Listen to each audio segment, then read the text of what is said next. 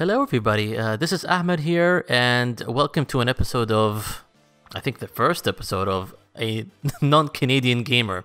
It would be very funny if they called this one Canadian Gamers, since the Canadian gamers or the regular hosts, Jared and Steven, are out of action for this podcast. So they requested for me to take place for this week's podcast. And it's unfortunate because it's always nice to have a back and forth dialogue with somebody, or even two people. It's nice to have like a full like three crowd that we like usually doing. But in any case, this is the situation that we're in right now, and this is the first edition of Non-Canadian Gamer, and it's going to be about the E3 2018. It's going to be a comprehensive review about everything. And what went on with the show, with the streams, with certain announcements and whatnot, all my thoughts. Important to note that this is going to be from an outsider's perspective. I have not attended E3 this year, but I've tried to virtually attend as much as I could by watching all the conferences live. I jumped into Sony's and Nintendo's streams from time to time, the post... conferences coverage with the Treehouse and Sony stuff. I also checked out Square Enix streams from time to time. So everybody's doing these extended coverages streams as if you're there. And obviously it's very hard to watch everything because everything is happening in the same time. But I try to jump around from here and there just to get a general idea and outlook of everything. Read a couple of impressions, saw videos of other people talking about it. So that's my point of view, basically.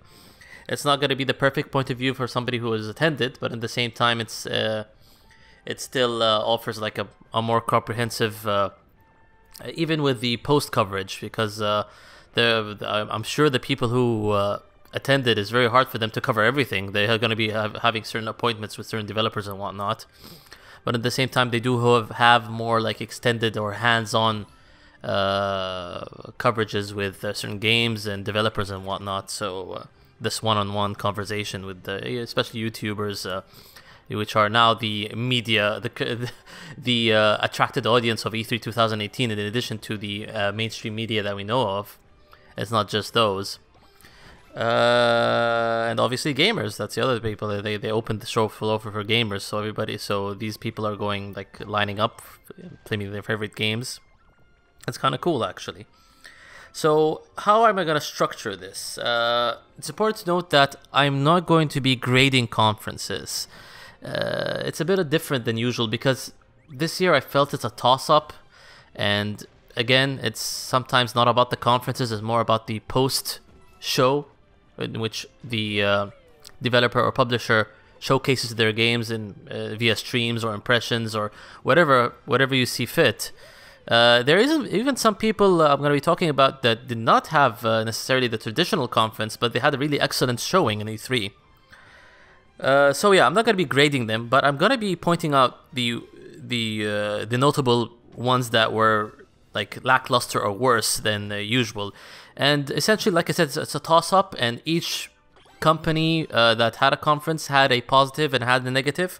So what I'm going to be doing is, first off, I'm going to be recapping all the conferences in a very straightforward fashion, not in detail. It's gonna be going to talk about each company. I'm gonna think of the one big positive and the one big negative out of their conference. And after I do that quick rundown, like a report card sort of thing, I'm gonna be talking about I sort of was inspired by my research that I'm doing right now. I'm going to be doing conducting a thematic analysis of E3 2018, which basically means seeing what the commonalities are. What did these companies showcase this year that's different or similar than last year's, and what are the common themes that have been found throughout all these big developers and publishers. And then I'm going to be going to, after that, the second part, I'm going to be doing the third part. Basically, I have a spectrum that I sort of devised for my impressions or the games that I'm most interested in. So I divided it into three parts. First are the games that intrigued me the most, which are the WoW games. between quotations. And then the games that were not necessarily wow factor, but they were surprising in the sense that I sort of underestimated them. They're more than I expected, I would say, and there's big potential for them to be good games. And finally, the ones that I'm reserved, I'm going to be taking a cautiously optimistic approach, and also the disappointing ones in that third category. After that, I'm going to be basically pinpointing a couple of events that happened that were very fun to watch throughout E3. They're not too much, and then I'm going to be closing out with the final thoughts of E3 2018 and what you should be looking forward to in the future. So first off, let's do the report card type thing with each conference, starting with EA. And I would immediately jump and say that EA and Square Enix are the two worst conferences. You could even go to a point that they don't really deserve to have conferences anymore in this day and age, because there's a lot of redundancy in both of them, in the sense that their games can be easily showcased in the big three, which is Sony, Microsoft, and Nintendo, which happened a lot with Square Enix. So let me not jump to conclusions, but these two are basically kind of redundant to be present around. So EA, I would say the big positive from their conference is they did go through damage control of the whole loot box controversy. So they kept repeating with each game they announced, almost every game that has an extended, or designed for an extended support for the years to come, like Anthem and Battlefield, for example. We're not gonna have loot boxes. We're not gonna have the power to a power struggle, or not gonna divide the community. That type of thing. So they're using all these PR stuff to be more consumer or pro-consumer friendly. And they did a very good job with the damage control. I'll give them that, because they did repeat it constantly throughout their conference. I would say the big negative with EA, again, the redundancy about the conference. It doesn't really need to be there. And the showcase of their sports titles. I mean, again, these games do not need an extended big coverage. Trailers are enough, because they're yearly sequelizations, and they're catered towards certain audiences like the NFL and the NBA and the FIFA. They're gonna buy these games no matter what, so you don't need to give an extended showcase of these games unless you're renovating it or putting a new engine or introducing something really big and game changing with these. But they're not really. It's just the same sequelization of these games. So moving on to Square Enix, which is, I would say, the worst conference of E3 2018. They did adapt a good format, and they do have a very good showcase of games. I'll give them that. That's the big positive about them. They're Nintendo-like. They didn't have a live stage or live audience. They did it in a Nintendo Direct-like fashion, and their lineup is quite good. The big negative, as I said, is redundancy. For example, Kingdom Hearts 3. They showed it in the Sony conference, they showed it in the Microsoft conference, and they showed it in their conference. What is this? What's going on? And in fact, most of their games were showcased in other conferences. So, Octopath Traveler, whatever. I could list most of their games. They've been, and the games that weren't shown, they're basically non-announcements. I'll get to that in the thematic analysis later. So let's go to Ubisoft. Ubisoft, again, the positive, very strong lineup. It's a contendant of one of the strongest ones in E3, I would say, basically. They have a lot of good stuff that people would look forward to, and I'm going to talk about this in detail later. The big negative about the Ubisoft, I would say, they're shoehorning this community dependency on certain games. They had this it's a theme throughout their conference, and they're going outside of the box, but not necessarily, okay, I don't know what's going on. For example, Beyond Good and Evil and the Transparency game, they're using celebrities for feedback and input, and also trials, and they're saying, hey, come, we want the community to come and help us with the game. For example, the Beyond Good and Evil 2, they're showing it in a pre-alpha stage. It's not really ready to be shown, and they're asking for the community to contribute, and they don't get anything in return. I like Jason Gordon-Levitt's idea and his hit record company. I've heard of it before, and it's nice that they're using him as a leeway to have like more quality control with the community adaptations of Beyond Good and Evil, but at the same time, like they were too dependent on that. It felt very, and it's really early to ask people of help since they haven't. It's still in the pre-technical alpha stage. I found that to be very jarring with Ubisoft. One notable surprise, I'll go on a bit tangent here, that they're releasing a Wii game in 2018. That is insane, which is Just Dance. That blew my mind. I'm like, what is this? The Wii's already dead and out of the market. I know the Wii U is compatible, but what's the redundancy of releasing it on the Wii U and on the Wii? Unless the Wii version is very, very cheaply priced and budget priced. So I don't know what's going on with that. That was very strange. So moving on, let's head into Microsoft. Microsoft, the big positive and the takeaway that I feel is that they're shaping up their first company, their first party offerings for the future. They really did a really good job in showing people that, hey, we are relevant, not just from a third party point of view, it's from a first party point of view. They bought studios. I was surprised that they bought Ninja Theory, which were longtime Sony supporters, and they just bought them outright. So they bought like four companies, and they're gonna increase their portfolio. So that's nice for the future. And at the same time, again, they're showing that they're relevant. I was surprised that they had a really big showcase of Japanese games, which is not the typical Microsoft feel of their conferences. They don't really go show these much, but they showed Kingdom Hearts. Devil May Cry was announced there.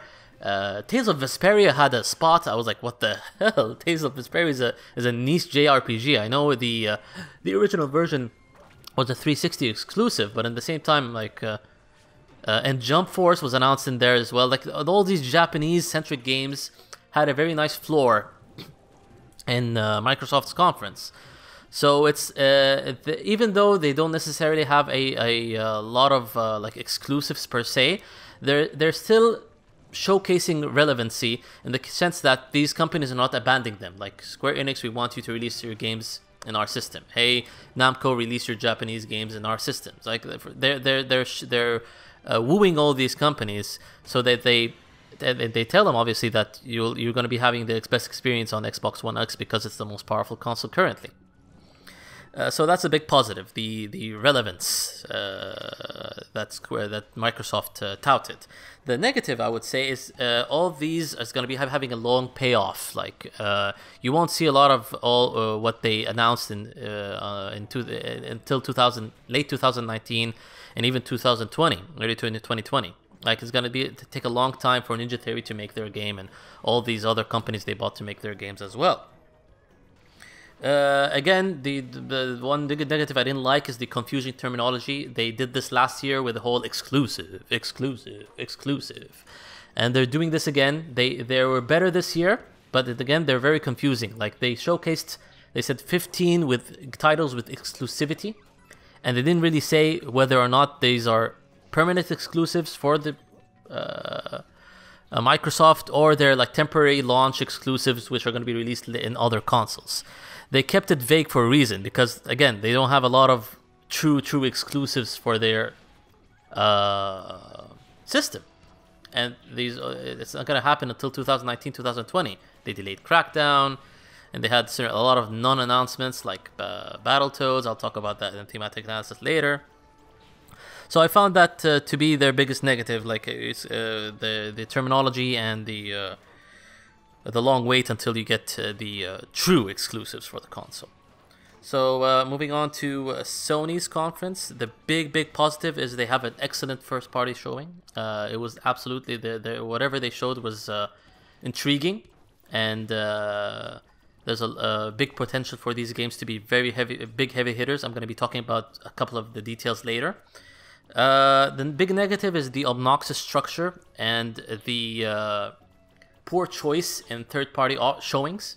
Like they didn't I was surprised because they didn't like have a reel of third-party offerings. They showed a couple of them. Like, why did Kingdom Hearts have to take a triple spot? It doesn't make any sense. You would think that Square Enix and Sony would have the more logical choice of showing something that's happening sooner, and it's from Square Enix, which is Dragon Quest 11.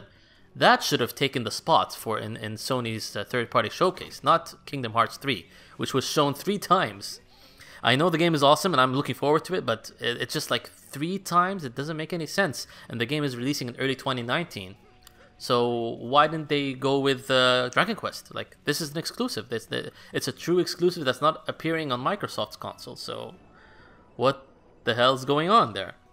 And the obnoxious structure of also going starting in a tent and then going to another area, and then they had the music playing in the background. It took a long time for them to showcase their games. It's just like and the whole dream skits, which were very cringeworthy. Like the structure was very, very obnoxious. I didn't like it, and I'm sure that the people who attended maybe enjoyed it more, but at the same time there's lack of respect for them because they put them in a tent first and then they had to move them to another area. You had to wait for another 20 minutes. And they put in like in the meanwhile they had 3 people like in a just talking about like third-party offerings, like random ones, and their scissor reels that weren't they like the VR one should have been shown in the conference itself, not after. So let's move on to Bethesda. Bethesda had a big positive, very strong IP. Like, each and every game has a big pedigree behind it. And Todd Howard really managed to sell people over Fallout 76 and other, and the Elder Scrolls game that they showed. The big negative is, I would say, the pandering and all the noun announcements and the whole self-praising. Like, hey, Starfield is the first IP we have in 25 years. Okay, but this is still far off, and that's not something to be proud of, because you should be having a new IP every 5 years, I would say. Not the first IP in 25 years. That's not something to be proud of. Something to look forward to, but nothing to be like boasting about. And the non-announcements of like pandering to the fans and showing the Elder Scrolls. These games, Starfield and Elder Scrolls, are way in pre-production. Like, we're not gonna get them until the next systems. And they just wanted to put that in just to, hey, we want the surprise killer. And even though we all know that they've been working on a new IP, they've been working on Elder Scrolls, they didn't deny it. It's something that's inevitable. They'll have to be working on those games. So I found that to be a big negative, the pandering. But at the same time, their strong IP and their very, very strong offerings of selling you their upcoming titles, I would say is the biggest positive that came out of Bethesda. Finally, for Nintendo, the biggest positives, I would say arguably it had the best conference structure out of all these competitors and out of all the other companies. In the sense that it's rapid fire announcements. They showcased what they needed to be showcased. Most of their focus was the 2018. What they're going to be offering soon. The noise of 2019 games wasn't as prominent. A lot of people give them flack for this, but at the same time, this is something we'll be talking about later, but the E3 is not the be-all, end-all of conferences. We have a lot of things that potential, and this is Nintendo that has been like that for the past 5 years. They've been spreading out their announcements throughout the year with the Nintendo Directs and the other conferences like PAX and Gamescom, whatever. All the companies have been doing that now. So I won't give them flack for, hey, where's Metroid? Hey, they focus on what's coming out now, so which is very good. I would say the big negative out of Nintendo is lack of structuring or lack of sharing their plans with their online titles. There's no showcase whatsoever. They didn't expand on what they announced in May. Especially since I found this to be very jarring. One example I would say is Fortnite appearing on the Switch, okay? And they did say that voice chat is natively supported with Fortnite. And I was baffled because we're still using the app for Nintendo-centric voice chats. So why is a third-party game having an easy to manage and easy to access voice chat, while Nintendo's online structure and offerings are still like through that app? And they didn't elaborate on anything, like they didn't talk about it. And I found that to be a very big negative. I was expecting for them to have more details on their online plans and how the NES titles are going to work with an online infrastructure. So that's it with the report cards of each company in each conference. Now we're going to be talking about thematic analysis. That's my next big topic on like what did we see from all these companies in E3? What were the commonalities and what were the variations and these within these commonalities? So what I found is basically looking at my notes, I would say the 7 main points that we've seen from these publishers and developers showcasing their AAA titles in E3 2018. So the first thing that came to mind, I don't know if I should list them first and then talk about them. Let me talk about them one by one. I think it will be a better structure, give you more of a suspense and surprise when you're listening to this. So the first thing that came to mind, which is the big commonality and the biggest takeaway I would say of E3 2018, was the games as a service structure that almost every big publisher showcased. For example, EA is doing Anthem. Ubisoft is doing Beyond the Good and Evil 2. Microsoft, even though this is, I would say, a big negative, even though Sea of Thieves is under this game as service, they did not showcase it or didn't talk about it whatsoever. But arguably, and still the big question mark is Halo Infinite. Halo Infinite was a non-announcement. At the same time, though, why is it called Halo Infinite? It's not called Halo 6.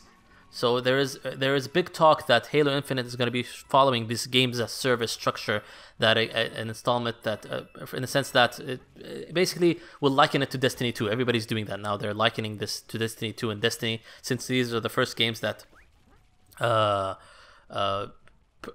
like promised gamers that our game is going to be continuously supported for years to come. Bethesda has Fallout 76.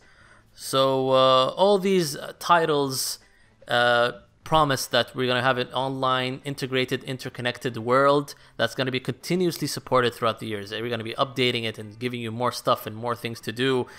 And most of these games opted for not putting it in a season pass structure, in the sense that we're going to be putting it free content. But we still don't know. Like Battlefield 5, for example, I would categorize that as games as a service.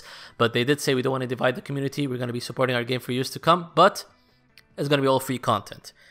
Not sure about Anthem and Fallout, but they did hint that they're going to be putting in free offerings. But is it going to be alongside paid stuff? They did say that we're not going to be putting in positions of power and pay-to-win gameplay mechanics, which is excellent. I personally see games as a service as something, I don't know, I find it as a negative, or it's not my cup of tea. It's just a bit disappointing, especially when you look at Anthem, for example. They do promise this integrated world that everybody's going to be playing as, and it's always real time, and what you're seeing is everybody else is seeing, and they divided the single player portion of Anthem and the multiplayer portion, but they're both one game, and essentially. But you will see as a design choice, and they said that they are certain things that are synonymous with BioWare games, like what's it called? The branching path, the romance.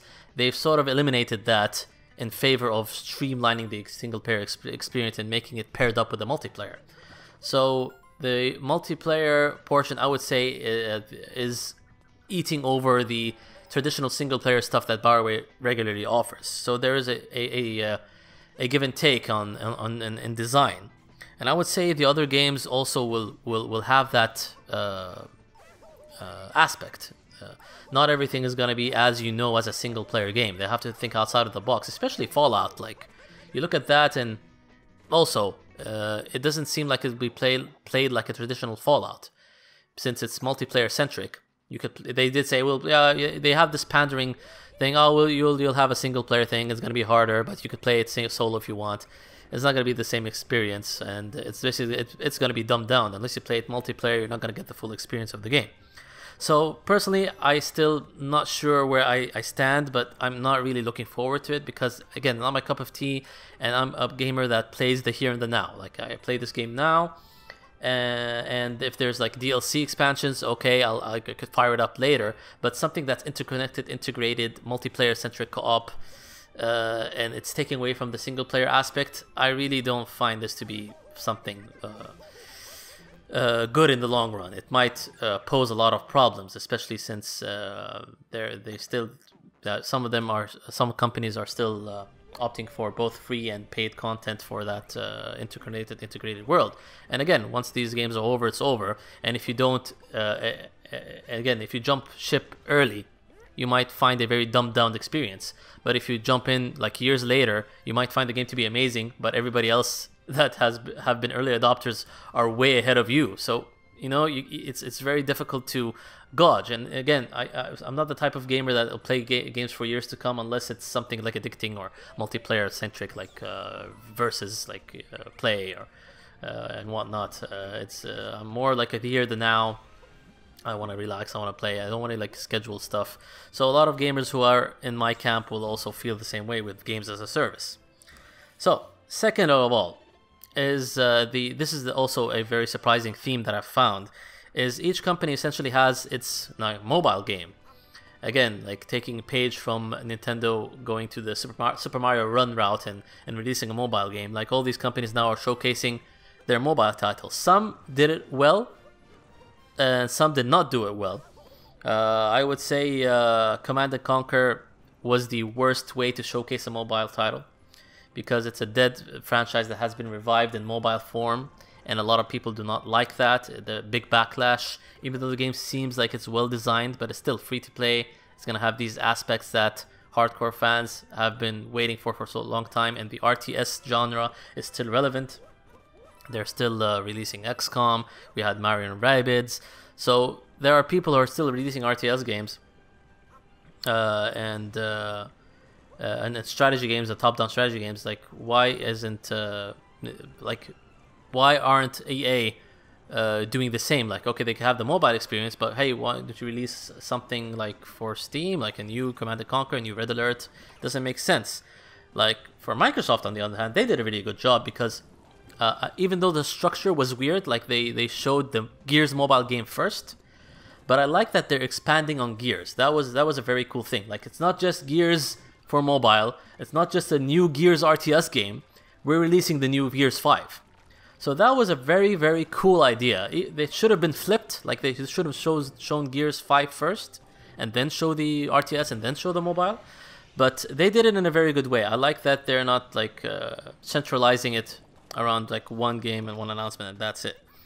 Elder Scrolls did not need all that time, I would say. Bethesda was again, they had this pandering thing with it's gonna be as if the single player experience, as if you're playing a real Elder Scrolls game, and it's obvious that there are a lot of dumbed down mechanics, and it has this dungeon crawler like structure that a lot of mobile games have. Again, it's impressive for a mobile game, but they sold it to a point that it's as if you're playing a full-fledged Elder Scrolls game, and that's it didn't need all that time. Square Enix did one thing right. They showed their Star Ocean mobile game in their show floor, not in their conference. There was a big like coverage on that, and incidentally, I just started. I signed up for the beta test, and I played it for like an hour now.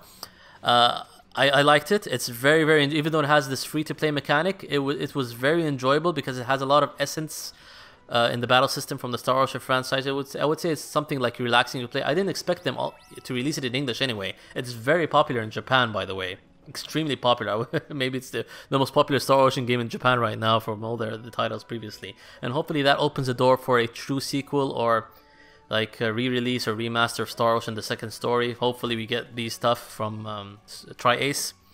So it's nice that Square Enix focused on their mobile game in the show floor.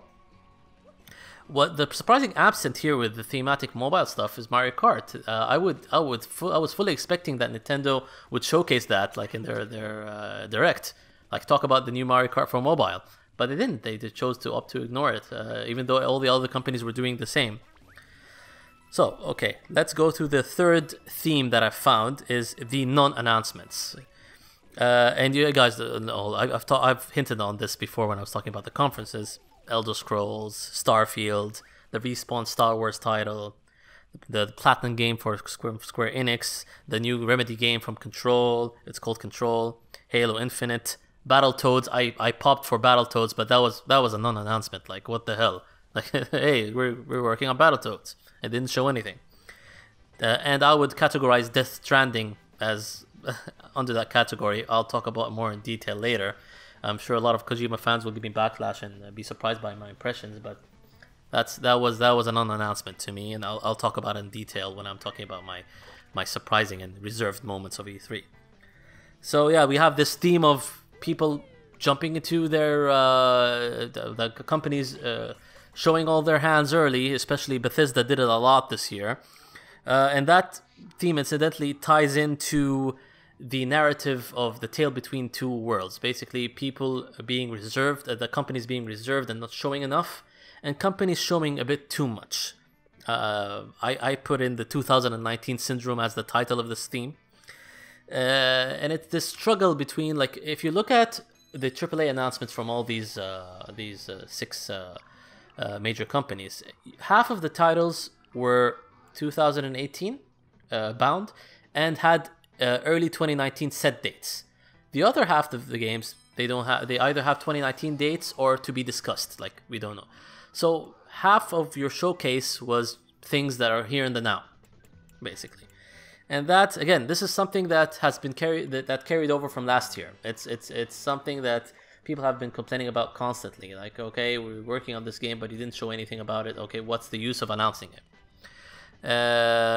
Thankfully, some people were. There were reservations, like Nintendo, for example, and I would say Square Enix to a point they were reserved. I like it, again, even though they had a very poor E3 conference, their short flow was good because it focused on things that are coming up this year, early next year: Kingdom Hearts, Dragon Quest, and this should be the focus, especially Dragon Quest 11. Like, this game needs to do well. It's a reboot of the franchise in North America, and they're working so hard on it, and the localization work is just absolutely amazing.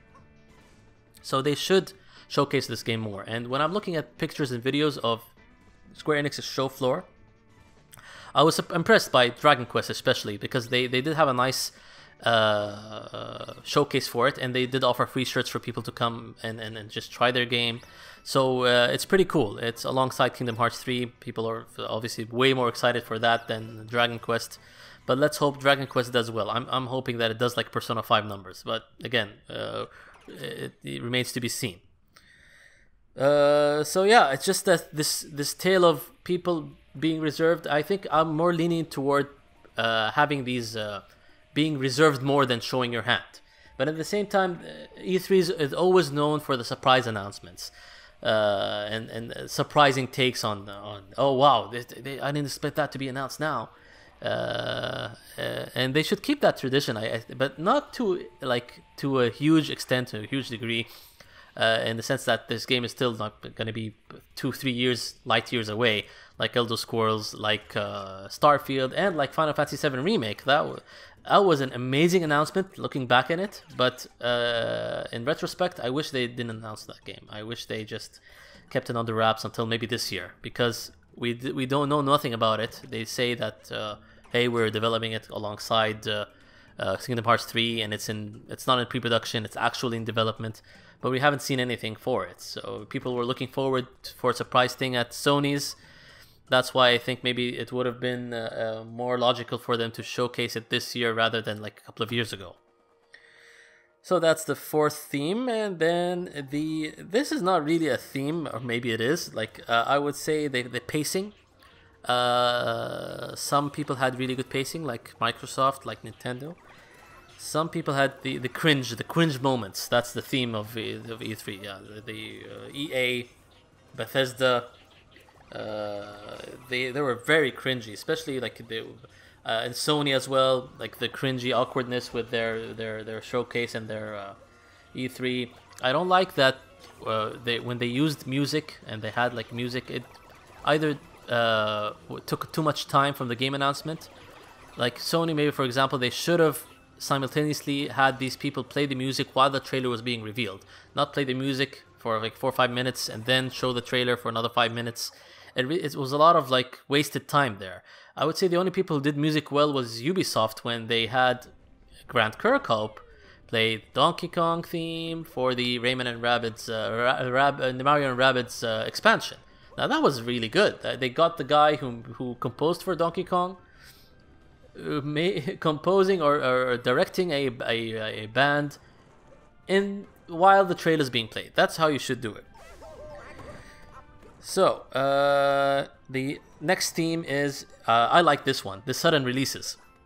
Like they had a lot of hey, it's releasing now, it's releasing tomorrow, it's releasing in a few days. They had a lot of these surprise announcements, especially from Nintendo. Like they had the Arcade Archives, Donkey Kong. They had Fortnite for Switch, Hollow Knight. I like that they showcased an indie title to be released today, and they gave it a lot of free time in the show floor. Captain Spirit from Docknod. Unravel 2 from EA, that was a good move. That's releasing it the same day, a surprise announcement.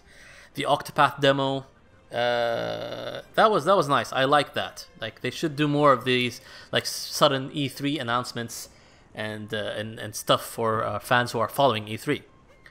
So the next theme is I like this one. A lot of people didn't. A lot of companies are supporting their older games that have been released a year ago. And there's continuous support for it, whether it's free or via DLC or via expansion pass. For example, I was surprised by For Honor from Ubisoft. That game was dead in the water. Like a lot of people were playing it, only like a dedicated community. But they took feedback and they're revamping it. They're adding more stuff to it. That was very cool. Prey from Bethesda, that surprised the hell out of me. Like I didn't play Prey, but now when I look at the expanded content, they have free and DLC paid. I want to play Prey now. I want to like try it out. That was very cool. Xenoblade, that was very impressive. I like the Xenoblade 2 DLC for part of the expansion pass. It's not they showed two things for Xenoblade. First, there was one and within the Nintendo conference, which was the new prequel, and it's also as a standalone experience. You could buy the card for it, and it introduces you to the actual Xenoblade 2 game. But that was very impressive and seemed very cool. They had new mechanics for it. It was very similar in gameplay to Xenoblade 1. And the other thing is the small small additions as part of the expanded DLC expansion pass. They released. As soon as they announced this, they released it in the same day, in which the characters from Xenoblade 1 are going to be playable in Xenoblade 2, which is Shulk and Fiora. I love that announcement. That was not in the conference, but that was in the show floor Treehouse expanded coverage. Finally, Black Ops 3. That surprised me. Not only that they gave it free for all PlayStation Plus members, is that they're giving new maps, like remastered maps from the previous Black Ops titles are appearing in Black Ops 3, not just Black Ops 4. And even though the incentive of getting them, you have to pre-order Black Ops 4, if I'm not mistaken, to get these maps, it's still a very, very good idea for hardcore fans. Like whoever pre-orders this can get these maps and play it early. Very nice idea. Love that. So the final theme that I have here. Oh, yeah, I forgot to mention something in the sudden releases. They announced a Crash Bandicoot remaster, an extra level. In honor for the game coming out on multi-platform. Sony, the people who had the PlayStation 4 version will also get that level soon. That was a surprise announcement. I didn't expect like an extra level. Very, very cool stuff. So yeah, let's go to the final theme I have is the sequelitis syndrome that every E3 has, and again, they could fall into two camps. It's something that's going to be in gaming for years to come. People have to build their IP. People have to show sequels.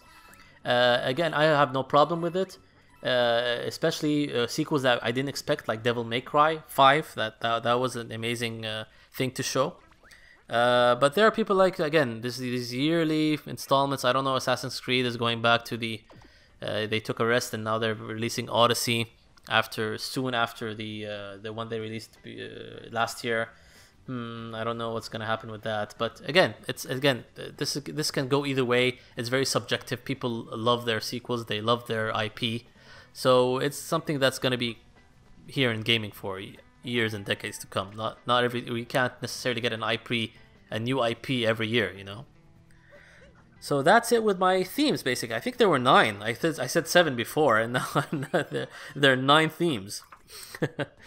Finally, let's get to the no, that's not the final. That's the third segment of the podcast, which is the spectrum of my personal take on which were the games that wowed me, which were the games that were surprising and had potential, and which were the games that I'm reserved about and I'm kind of disappointed with. So first game that came to mind in terms of wow factor was Ghost of Tsushima from Sony, the PlayStation 4. That was absolutely amazing reveal.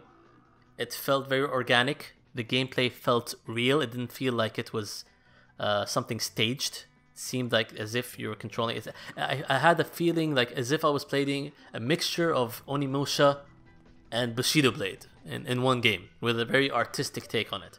Like Sucker Punch, this can be their best game ever because it looks absolutely amazing. The artistic integrity of the game is really, really cool. I loved everything about that reveal. Even though there was no date, it seems more complete than Death Stranding.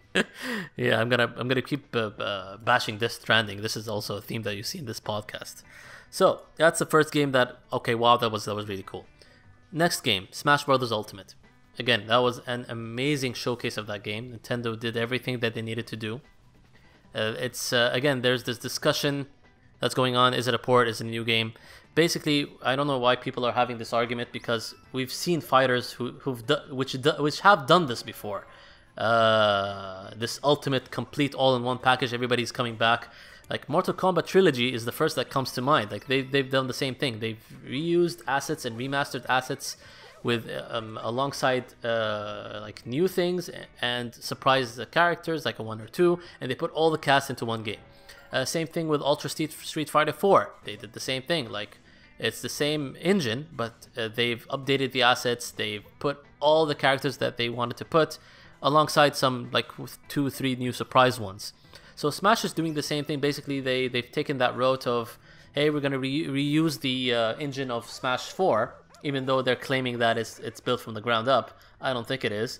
But they've made so many enhancements to this engine for Smash Ultimate to the point that it's now a full-fledged like sequel best compilation fighter game of their franchise. Again, the attention to detail that Sakurai has was very, very like amazing.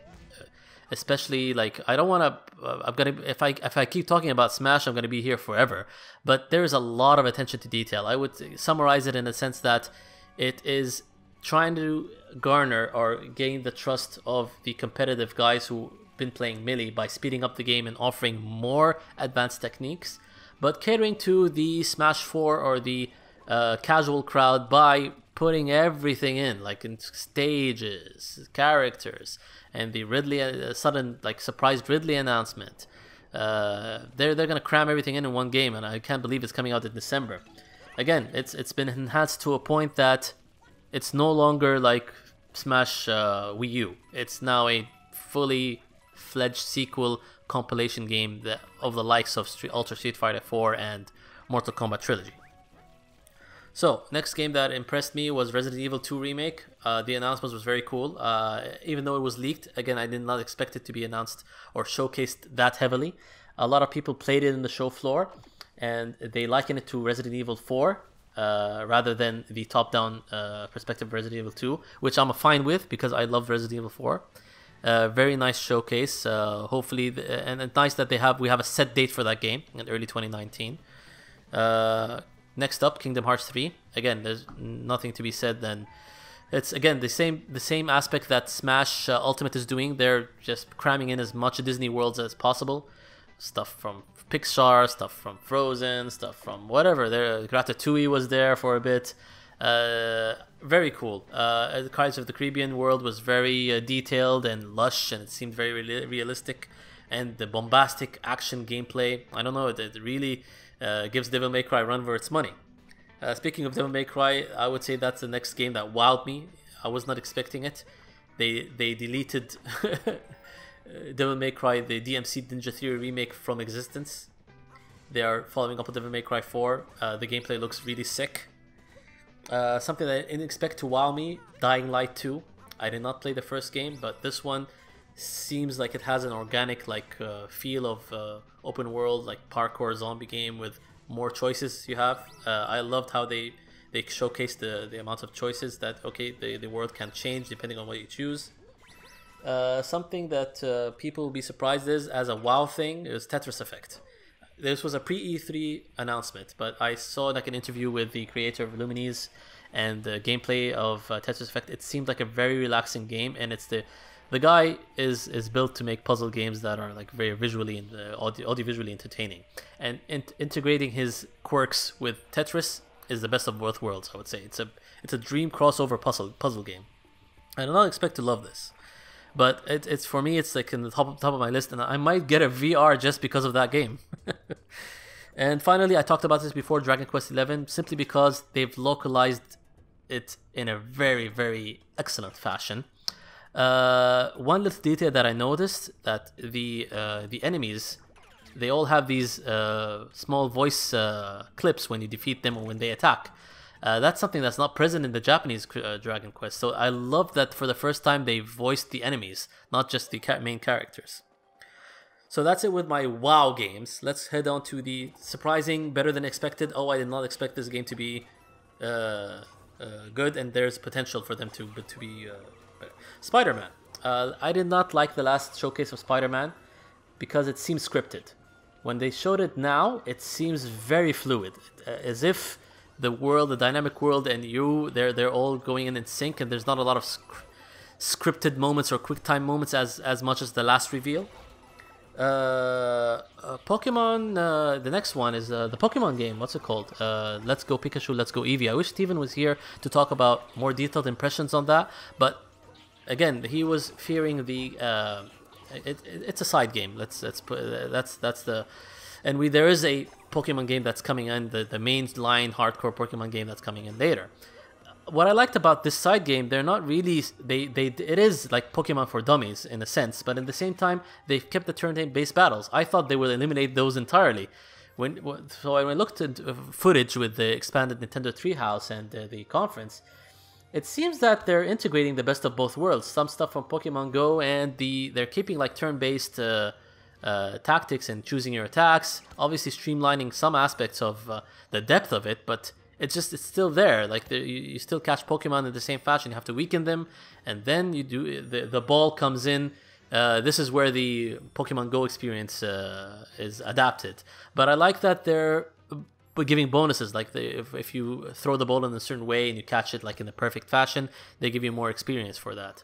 So that surprised me. I thought it would be more dumbed down than it is. That's I'll give it that. It remains to be seen how dumbed down it is, but what I've seen so far, it's not really like a game for like that completely eliminates the spirit of Pokemon. It's still there. It's as if you're playing Red and Blue in a fashion. Let's put it at that. Next surprising game, Sekiro Shadows Die Twice, which was showed in the Microsoft conference. From Software has been everywhere this year. Like, they're collaborating with everyone. Activision is the last publisher that comes in mind with collaborating with From Software. They're publishing this game. This outside of their portfolio. They're making like a VR, From Software, they're making a VR game. They're also working with I forgot the name of the company. That was Metal Wolf Chaos. Everybody was asking about this quirky game, the President Robot type game. So they're everywhere this year. Next surprising one, Super Mario Party. I was so happy that they went back to the. I didn't know they were gonna announce it anyway, but the fact that they went back to the old style of gameplay in which each person can walk on the board freely, that was, oh my god! Like I was so thankful of that, because the last two games were very difficult to like, with everybody being attached in the same cart and moving in the same time. Starlink, that surprised the heck out of me. I thought it would be this throwaway Toys to Life type game. Not just because how the announcement, they integrated the Star Fox. That was one of the most surprising announcements. Star Fox integrated into the game. it's a dream come true for the developers and for gamers, because when the more I look at the game being played, the more I feel that this is the Star Fox game that Star Fox Zero should have been. And I like the fact that even though you're using their proprietary Toys to Life type engine, it's not like you scan the toy and that's it. It's like Amiibo or Skylanders. It's when you change the modular, it changes in real time. Like there's a ship of Star Fox or Airwing, for example. If you attach a small gun to it in real life, the gun appears in the game in real time. So I love that idea. Again, it remains to be seen how expensive or cheap these toys are. I'm not a Toys to Life type of guy, but the fact that Fox is playable and it has this dynamic world that seems similar to No Man's Sky, the planet, you just go ahead and zoom in on the planet, and it has this very nice like space opera type feeling. I'm looking forward to it. Soul Calibur 6, the more they show of this game, the more I'm like, okay, this is getting very cool. It's not like wow for me, but I'm looking forward to it. Finally, Fire Emblem. I completely forgot that Nintendo's working on a new Fire Emblem for the Switch. From what they've showed, it seems like it has this traditional Fire Emblem type stuff alongside this army type feel that Warriors introduced. So, looking forward to that as well. So, finally, let's get to the games that I'm kind of reserved about and I'm somewhat disappointed with. First off, Jump Force. Jump Force, I love the announcement. That surprised the heck out of me. But when I looked at gameplay, it seemed very generic. The graphical presentation is nice. It has this realistic type tone.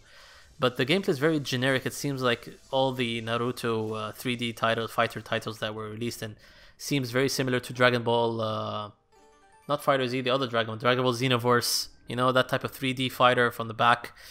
And it's very fast-paced about moving. I don't know if they should innovate more on that. Next game I'm reserved with is Last of Us 2. A lot of people are going to be surprised by my impressions here.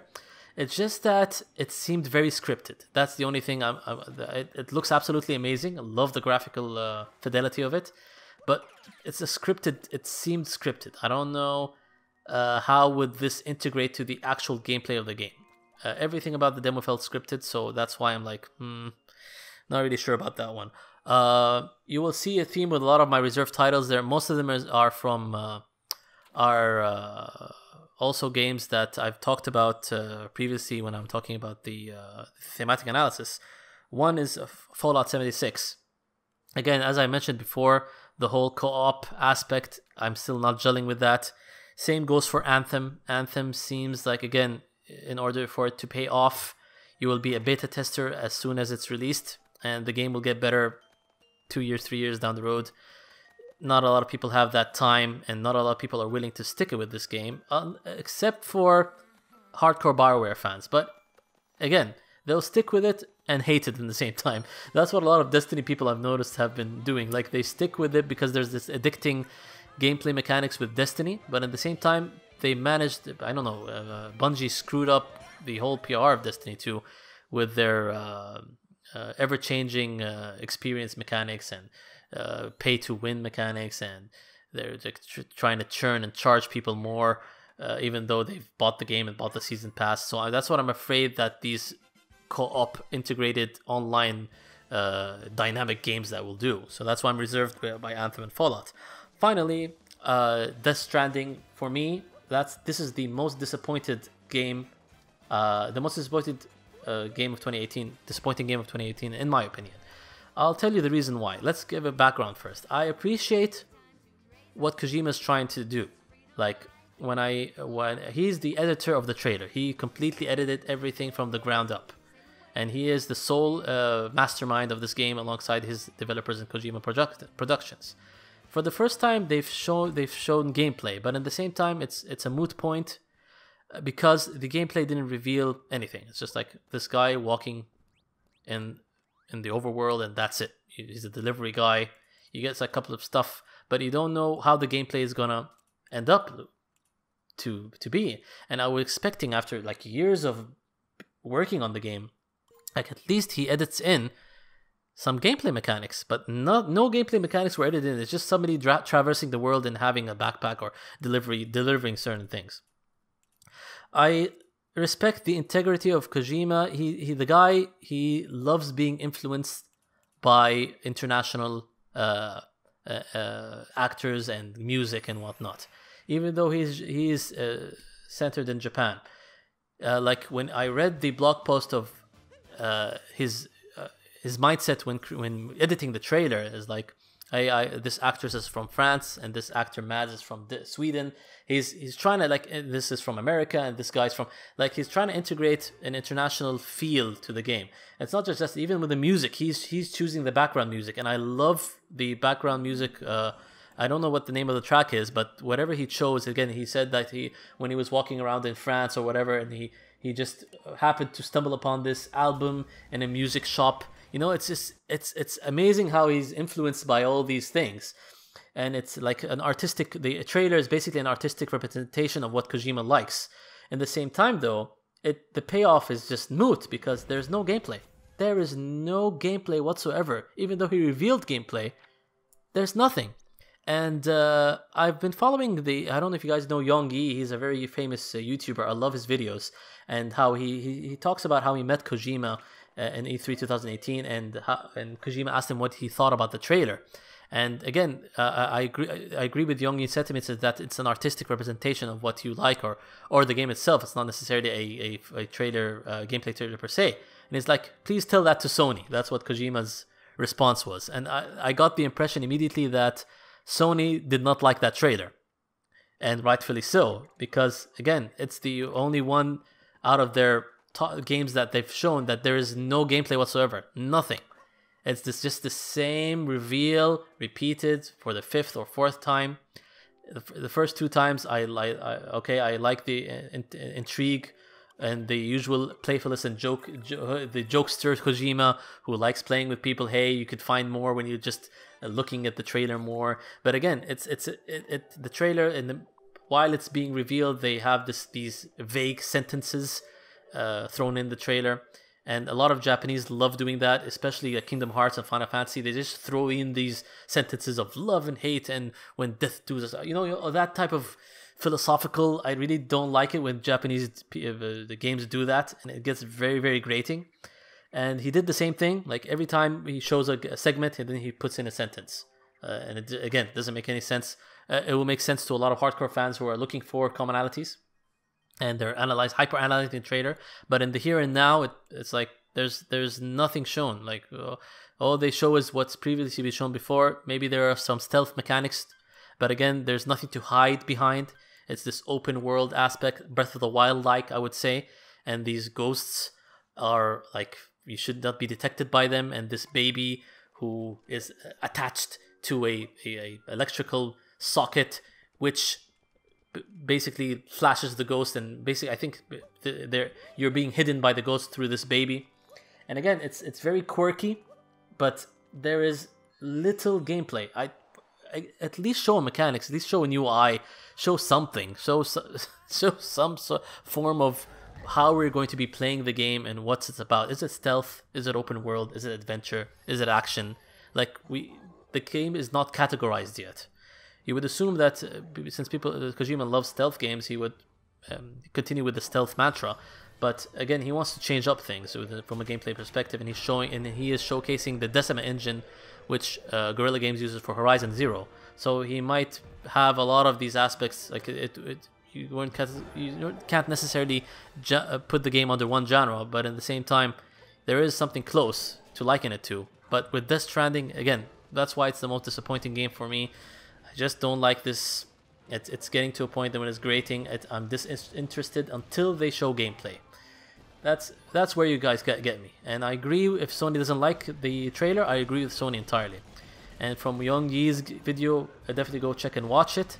Sony does not like the trailer. That's the insinuation that Kojima gave when he was talking with Young. So I got everything out of my chest with Death Stranding finally, and the spectrum of games that I was impressed by. So let's get to the closing moments or closing stuff that I want to talk about before I end off the podcast. There are moments that I want people to go check out before and most of these moments were within the showcase of E3, not the conferences itself. Especially, I would say Capcom. Capcom, even though they didn't have a conference, they should have had, because they have a very strong E3 lineup, from Mega Man to like some Street Fighter stuff. It was really, really cool. I like what Capcom managed to show. Devil May Cry 5, Resident Evil 2. For me, I managed to catch the final moments of the wrestling gaming crossover that Capcom had, in which they got, this was amazing. They got the two wrestlers from completely different companies, which is Kenny Omega from New Japan and Xavier Woods from WWE, or the New Day, as people call their group, and they managed to pit them in a one-on-one Street Fighter 5 battle, and they had the theatrics of WWE wrestling promos before and after, and it was very, very entertaining to watch. Loved it. And you would think it was an impossible thing to do, since WWE does not like to mingle with companies outside of their spectrum. But maybe in the gaming world, in the gaming community, they didn't mind it much. They even promoted the WWE in social media. They promoted like the Xavier Woods, and they talked about Kenny Omega, and they even surfaced like a couple of old footage that they have from Deep South Wrestling, which is under their umbrella now. I was like baffled by the whole thing, and it was very amazing to watch. Second of all, it's not a moment per se, but the Fortnite Sony discussion that happened as soon as Fortnite for the Switch was announced. People should be following this more, because Fortnite is cross compatible in terms of online play with all the consoles. Like, you could play Switch versus Xbox versus mobile versus PC, except for PlayStation. Sony remains to keep their PlayStation 4 community and online aspects closed, and a lot of people who have been playing on mobile and other consoles and in the Switch, they wanted to carry on their progress from PlayStation 4 to Switch, but your Epic account, if it detects that you have played in the PlayStation 4, you cannot connect it to the Switch or any other console. And this sparked a very big discussion, because Fortnite with Switch was released during E3. So people should follow that up. The other thing that happened in the Smash scene was obviously everybody's talking about how Waluigi was left out, and there's a lot of Waluigi memes coming out, and they want him to be playable, not an assist trophy. I find it very funny that he was the most hated character ever when he was released, or he was revealed in Mario Tennis 64. Everybody didn't like him, and he was I would say the laziest character ever designed. But now he's been garnering a following for the past couple of years, thanks to the Mario Sports titles and Charles Martinet's quirkiness, and how he's like self-loathing and self-deprecating. So maybe Nintendo will listen, I'm not sure, but that should be fun to follow up on. Devolver Digital's conference, everybody should go, or mock conference, everybody should go check that out. It was absolutely hilarious. They announced like 2-3 games, including Metal Wolf Chaos, but basically the whole conference was a parody of what people are doing, and it's like sort of like a statement on the game industry, and how companies are shilling people, and like continuing. I liked how they made fun of the NES and Super NES Classic in a way. So people should go check out the full conference. That was hilarious. Another moment I would say is I think that it was the final day of Nintendo Treehouse. They got a employer who has been Nintendo for the past 35 years and attended every E3, and he was responsible for warehouse, and they got him because they were announcing Donkey Kong as a Switch release for the arcade archives and the history behind it. And it was an absolutely amazing talk, and this guy talking about the history of how they've released Donkey Kong in the arcades, and they released this game called Skyscraper, which is an unreleased arcade game in North America, but they had one ROM file that this guy was responsible for, so they managed to extract that and release it as an arcade archives game that's coming later. The story of all this is like getting very fascinating stuff if you're into like old school gaming history and video game history. We obviously know that he reconfirmed the whole Mario, naming Mario because of the landlord, that he was named Mario, but he also delved into how Pauline was named Pauline, he was actually married to. He was actually his girlfriend was named Pauline, and he married her, and now she's her ex-wife. But Pauline was named after her. Then, and you get all these stories, and it's quite fascinating. Definitely go check that out. Finally, I would say the PlayStation VR showcase. Everybody should go see what's being released for it, because they should not put this in the conference, but Sony put it after the conference, and they put extended coverage on it, especially Tetris Effect. But they've been like promoting a lot of other games for it as well. For example, like Ace Combat.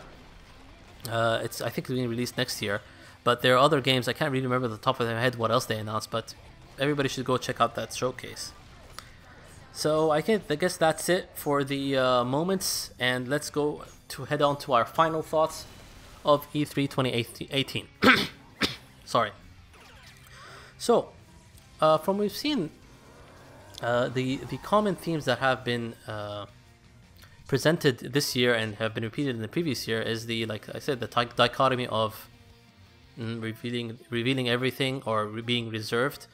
I think as years go by, E3 will be less and less relevant as a platform of revealing stuff, because if you look at the history of E3, it started as like an electronic, that's from its name, electronic entertainment. A lot of like professional media outlets from the electronic spectrum, not just from the gaming spectrum, and business suits used to attend E3. And there was a time, like in the late 2000s, in which Project COE attended, only media was allowed. They were very, very strict for a time. And now they've opened it up to gamers, and the streaming boom that happened, and even people who are at home like me can watch everything. I don't need to wait for a magazine to be released. I don't need to wait for the mainstream media like IGN and Kotaku to release their impressions. Like a lot of YouTubers are putting their coverage as soon as they get it. I would say that Project COE was a pioneer in that, because when we went to these E3s, we filmed everything and we put everything. One of our most popular, if not the most popular video, was the Final Fantasy XIV reveal, which everybody should go check out now. It was very confusing. So yeah, like all these platforms coming out, E3 is becoming less of a relevant place to actually talk about business, talk about entertainment, and revealing new stuff. I think people are more the companies are more heading towards the direction of spreading out their releases, and following Nintendo and having like directs and having their own schedule. Like Sony has the PlayStation Experience, and they reveal stuff in their own pace. And there's obviously PAX. And there's obviously Gamescom, because a lot of people say, oh, E3 is over, so let's wait for the next E3. And they forget that there are a lot of events and opportunities throughout the year to reveal more stuff. So even though things weren't announced in E3, it's fine, because we do know that there are other conferences coming up and other things coming up, and each company having their own platform to reveal in now with with the streaming boom that happened, I would say. So again, I'm going to repeat, it's not the be-all, end-all. It's nice that it's gamer-centric now. It's very fun to watch, I would say. And people should look forward to the other events that are coming. A lot of people were reserved and did not show their hands. And I think Gamescom is going to be a place that we see more stuff from the likes of Nintendo, Sony, and Microsoft, especially. And again, maybe one thing I would like them to change is not releasing these pre-production, hey, we're working on this, with a very like 10-second trailer and just like a non-announcement. I want that to be eliminated from E3, basically. These non-announcements, these hype announcements, it wastes everybody's time. It increases the hype to the degree that you can no longer quell it, especially with stuff like Final Fantasy VII, The Elder Scrolls, Starlink, all these type of games. I don't see a lot of hype behind them, because they're just announced too early. We're not going to see results except like after 2020 with the next consoles. So yeah, hope you've enjoyed my long-winded E3 2018 comprehensive review. I wish we had Jared and Steven here so we could like discuss back and forth all these points that I've made. But in any case, hopefully we see them in the weeks to come and have like expanded impressions on certain games. I'm sure like Jared has his favorite games that he wants to talk about, and Steven has Pokemon and other games that he wants to talk about as well. And stay tuned to Project COE for upcoming podcasts, upcoming content. As always, this is Ahmed. Enjoy your time. Hope you had a wonderful E3, whether you were there or whether you were attending like me virtually. See you next time.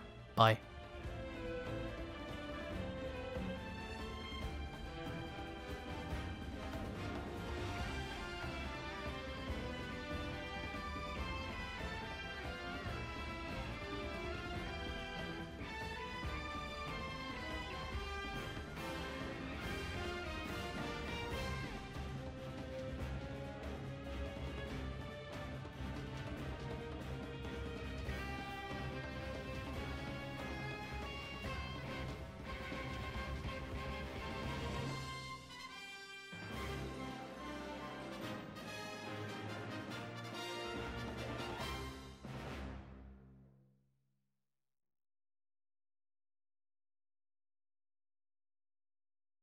Thank you so much for playing my game.